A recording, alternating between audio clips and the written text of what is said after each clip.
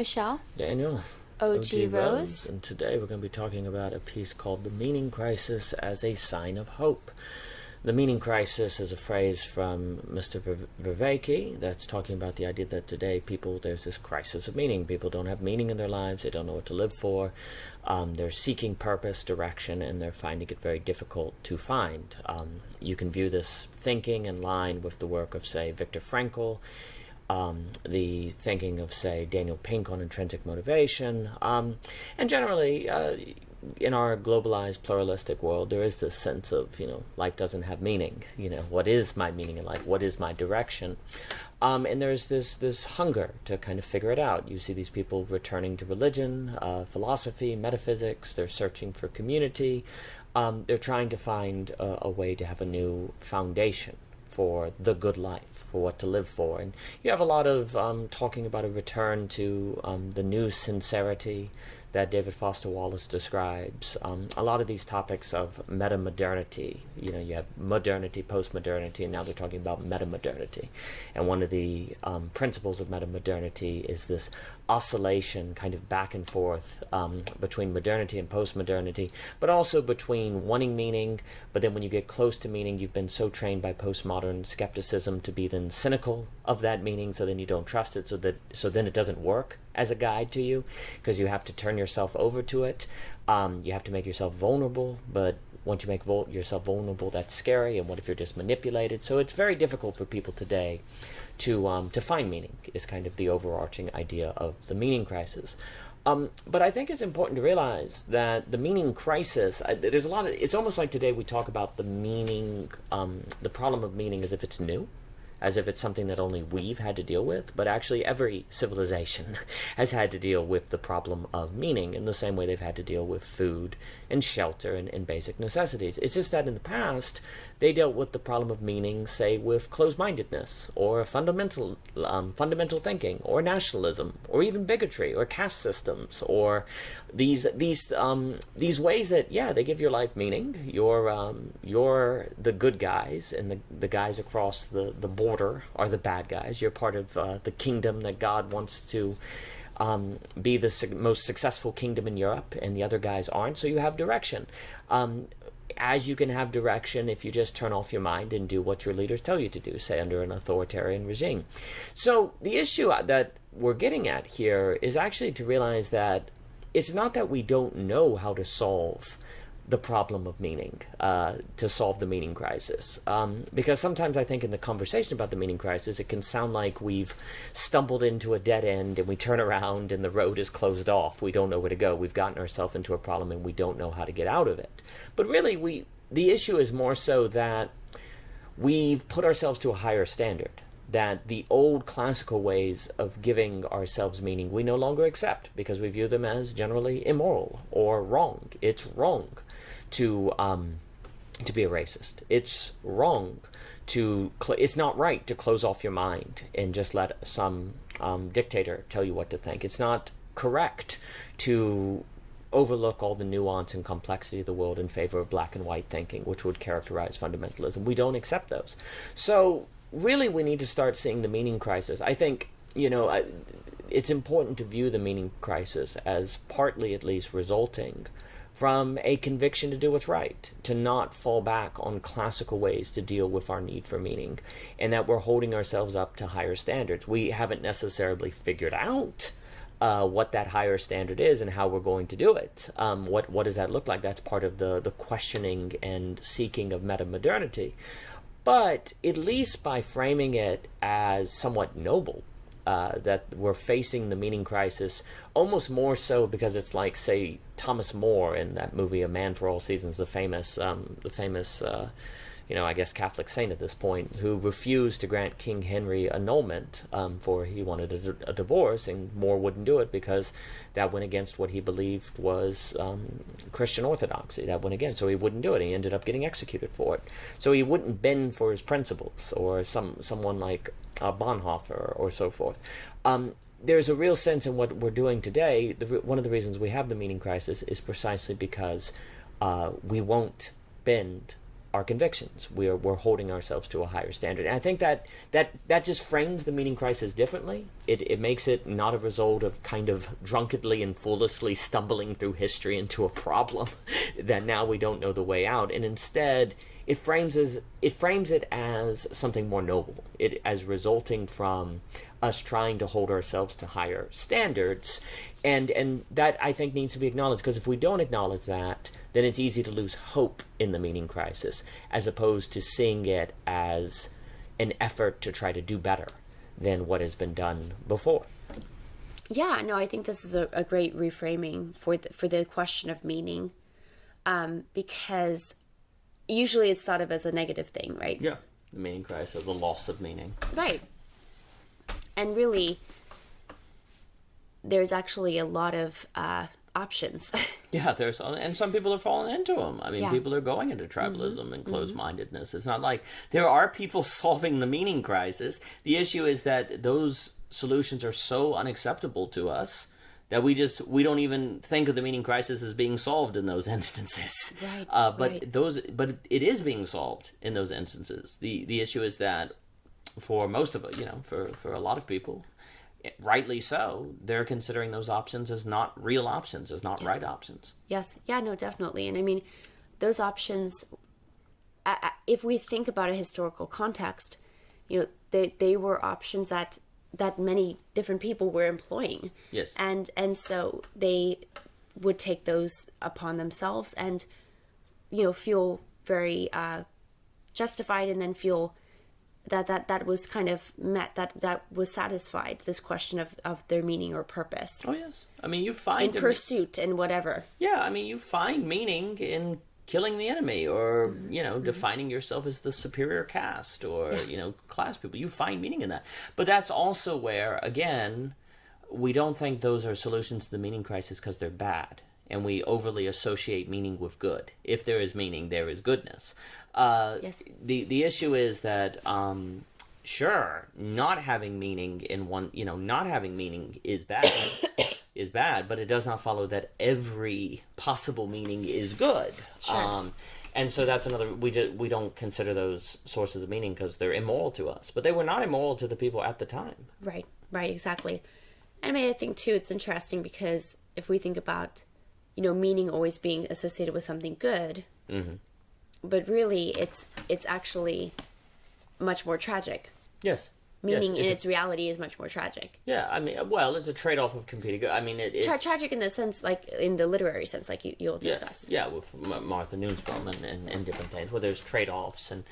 Well... There's both... It's hard, it's also good, Well, yes, it's not merely good or bad. Meaning is something that you live, and life entails ups and downs, challenges, battles, different things like that. But in meaning being literary as such, it can potentially be used in a bad way, because you define as bad the Huguenots or the minorities, and those become the enemies, and your story becomes to fight those enemies. So it can become bad. It can be used badly. Yes. What's happening today is we're struggling to find meaning without the old sources of meaning, and without referring to those bad, immoral solutions. Rightly so. So we're intentionally holding ourselves back. And it needs to be seen that way, because if we think of the meaning crisis, like we've already said, like you stumbled into a dead end and you don't know how you got here and how do you get out, as opposed to something like a Thomas More, where you're intentionally staying in prison. You could leave any time, simply by granting the divorce to the king, but you won't do it. You could leave any time. We could leave the meaning crisis any time. We are choosing not to. And by not thinking of it that way, then the meaning crisis, where everyone's depressed and sad, as opposed to seeing something charactered and heroic in it. Yes. If you think of the meaning crisis as heroic, well, then that changes things. Oh yeah, definitely. And I mean, I think that is, again, just to think about it that way. It's like there's so much more hope you can have. Yes. Because there's almost a way, like, if you think about it, this kind of possible aimlessness that one could feel in that. It's like, wait a second. In a way, I'm kind of choosing this. Yes. And that's okay. You can for say, good, like, for good reason. reason. Yes. And therefore, I accept it. Yes, you can and you can in a way find meaning in that aimlessness. Exactly. Because it's a kind of space of Hegelian negation where you are intentionally negating yourself certain options, awaiting the sublimation that may result.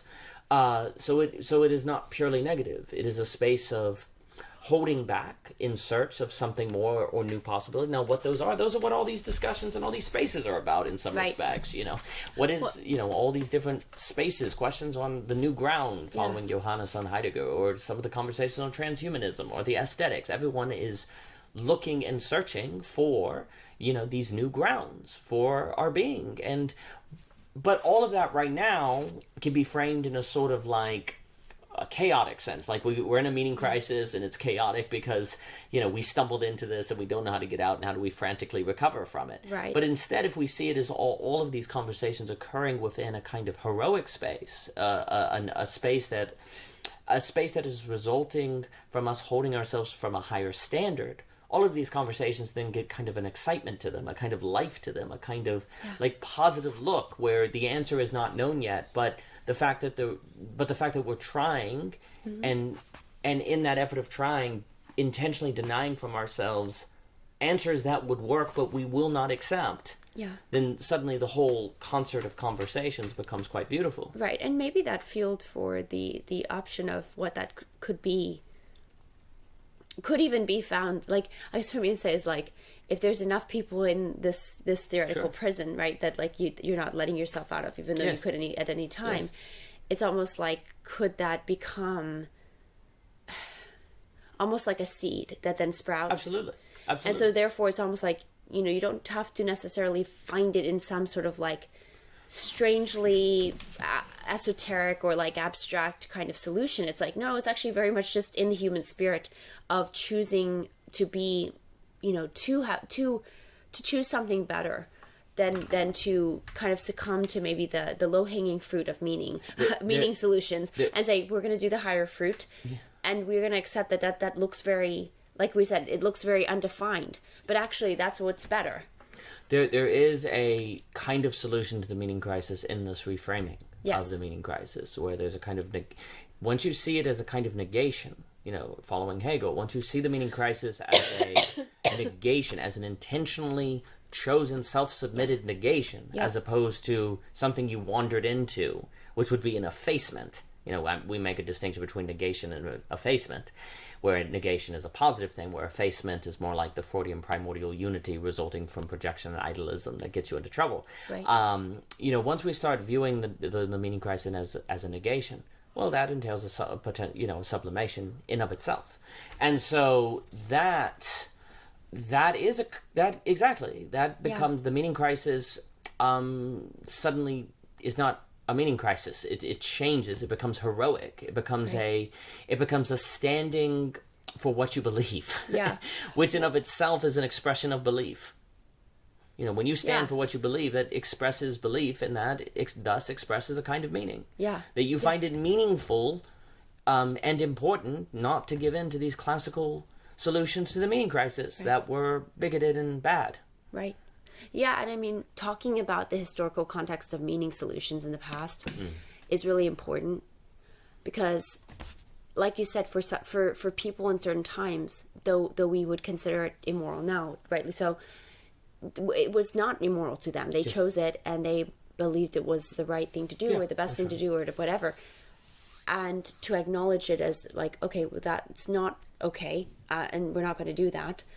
But it's interesting because if you don't do that, I feel like you may lose sight of man's susceptibility to do what he judges.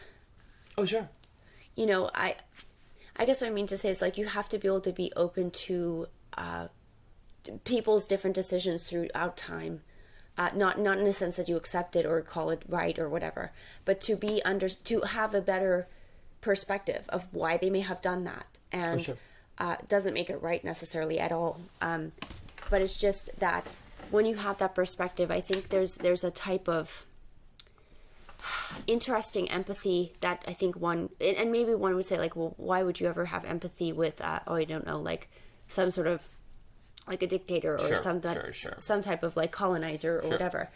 But there's almost a way in which to do so is you talk a lot about, like, we talk about history. Why does history repeat itself? Because a lot of times you don't learn history from the actual experience of it. Like from the reading of it, history. You read the good guys and the bad guys. You know what is never really understood is how difficult the tension is of the actual moment in time. Yes. How gray it is, right? Yes. It's a gray scale, and Yeah. it's not always very clear. Maybe it's like, also a lot of people didn't have all of the information. They didn't have what hindsight is 2020. Well, right. you didn't have the hindsight in that moment in history, Or the emotions. right? Hindsight doesn't Hindsight have the emotions either, or the conflicting not conflicting the pressures, nothing. exactly. Yeah. So it's like, I think it's so important, because I guess what I mean to say is, like, it's just interesting because you see this very volatile political, social back and forth in this past. I mean, it's obviously always talking heads, and especially if you on the media, you'll see that. But like, there's a particular oomph in the tension and the screaming back and forth in a way between sides and between this opinion and that opinion that are opposing. And I think that it's very easy to think that we're like, oh, well, we've just progressed, so we'll never do anything like the past did, Right. And yet that makes us susceptible to doing the exact thing we would judge. Oh, sure. Absolutely. Well, because if...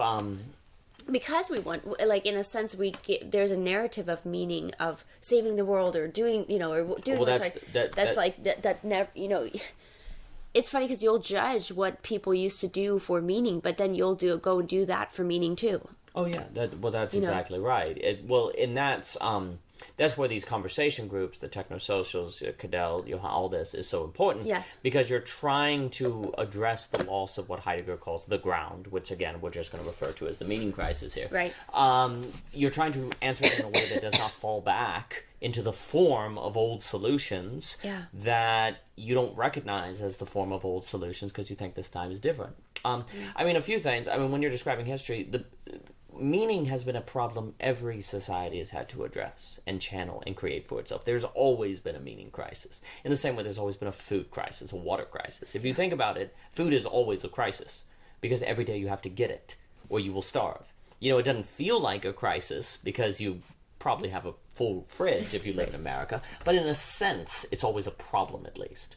It's always something you have to deal with and address. Likewise, meaning is something every society has to address. It's just that basically throughout all of human civilization, there were ways to address it to the point where it was like the fridge that was always filled. It was always solved. It was always addressed.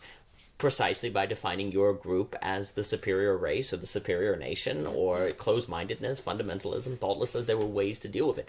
Ironically, precisely when we get the full fridge of food is when we lose the solution of meaning, but for good reason. It's because we're holding ourselves to a higher standard. So first off, when you understand that the meaning crisis is something that's always with us, that also helps kind of take the weight off of it and make you feel, making you feel like this age is somehow unique. Yeah, and I know we discussed that in this particular piece, because it's you don't feel like, oh, well, we must just be some like dummies who just now it's 2022 now, and like we're just dummies or something. Yeah, what did we do? What have we done? Yeah, where have we gone wrong? It's like, well, no.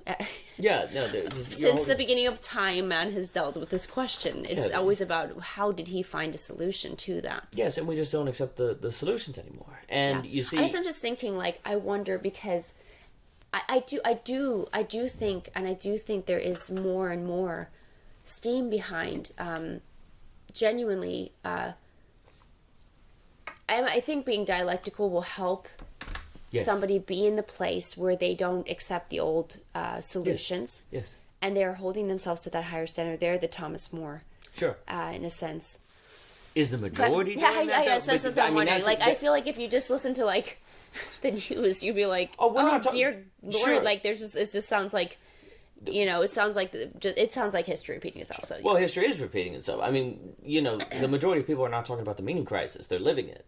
Basically, but in the communities of people describing the meaning crisis. Okay, that makes sense. It's being described as this meaning is not present. It is lost. There are no solutions. We've wandered into something. Sense. It's trying to escape nihilism, but it is kind of it's definitely the problem of religion and nothingness, Shanti. It is the problem of nihilism that the meaning crisis is addressing. Right. But it's trying to escape nihilism, right? By acknowledging the problem of nihilism. So right. No, your point is completely valid. The issue is that in those communities, I think by framing it as a result of holding ourselves to a higher standard, that could help the conversation. I think certainly increase hope and encouragement, yes. And see it in terms of a negativity, as opposed to to use that Hegelian language, to see it as something heroic. Transforms the nature of the conversation significantly. But to your point, the majority of people are indeed falling back in historical cycles. Well, right.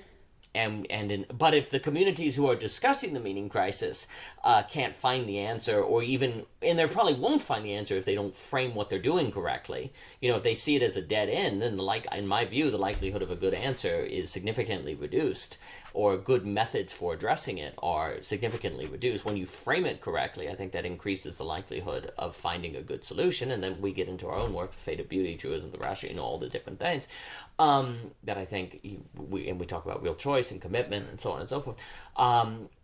Well, if those communities don't do that, then the likelihood of the broader world changing course is quite low. So, I mean, to your point, history indeed, history is repeating itself on the broader stage. Yeah, but I think there's, I think in being able to frame it this way, though, I don't know that maybe it's I don't know what it is, but I do think that there is, the reframing gives hope, but also the fact that there could be this reframing and the community that discusses these things sees it in this way brings me hope too. Sure. I don't know. There's just, it's like, there's just something that I'm like, that I'll cling to hope. And I think reframing it this way does increase that. It turns up the hope volume, if you will. Sure. Because I think, obviously things that play out downstream in society always come from the ideas. Yeah, really, James Hunter, right. So it's there's got to be some hope there. Well, I do think the majority. Look, I mean, after the opioid crisis, all the things you see in the world today, COVID, all the different feelings of hope. There is a broad feeling of hopelessness in society, and I do think if you were to. If the average person were to hear the idea that mm-hmm. feeling of hopelessness is a result of us as a world holding ourselves to a higher standard, not wandering into something on accident, that would change things for definitely. The majority of people on the planet. That reframing is not, indeed would have beneficial impacts, because ideas have consequences. Yeah, and exactly. if people see themselves as having wandered into a mistake from which there is no escape, they will act in such a way that will increase the likelihood of devastation or mm-hmm. things going wrong, mm-hmm. Because ideas have consequences. Yeah, no, absolutely, 100%. Anyway, I mean, it's the meaning crisis as a sign of hope. You can find the piece on Medium. There's an audio reflection on OG summary. I hope there's an auto reflection. An auto reflection. That would be something, wouldn't it? An auto reflection. But you can find an audio summary of the piece. It's part of belonging again. I do think hope matters, and if you can think of the meaning crisis as a result of the world trying to hold itself to a higher standard, just to say that again, like a Bonhoeffer, these different people, that changes things. That changes how we see the crisis. It can be seen as an opportunity. As a way for us to rise to the occasion. I think that matters. Alternate title, Bonhoeffer glasses.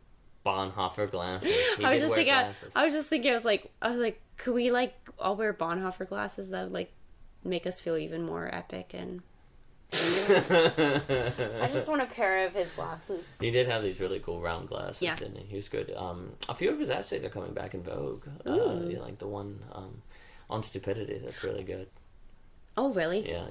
He's got one on stupidity that's excellent, where he talks about how it's easier to defeat evil than stupidity, because evil you just have to unveil as evil. Oh, I love that. Oh yeah, it's a really good essay. I've got. I'll like play some bongo drums for It's a really good Bongo. essay. That's kind of in the map isn't the destructible. I'd like to incorporate that in. I will say really quick. Yes. I think the heroic. I think that it's interesting because I think we have lost the sense of the heroic, and we only associate heroic with like showy or something, like you're bragging. And it's contributing to the bigotry of past meanings. We see heroism as being part of the problem. Yeah, like we see. Yeah, well, exactly. But it's like we the beauty of this understanding of the meaning crisis is that then it actually puts the hero in like the tragic sense and the very personal responsibility type of sense, where you now live out this higher decision, and that's consequential for you, but it's also like there's also something very beautiful in that too. Absolutely. Well, and I think the idea that it's beautiful is critical, because the most meaningful things in life are beautiful to us.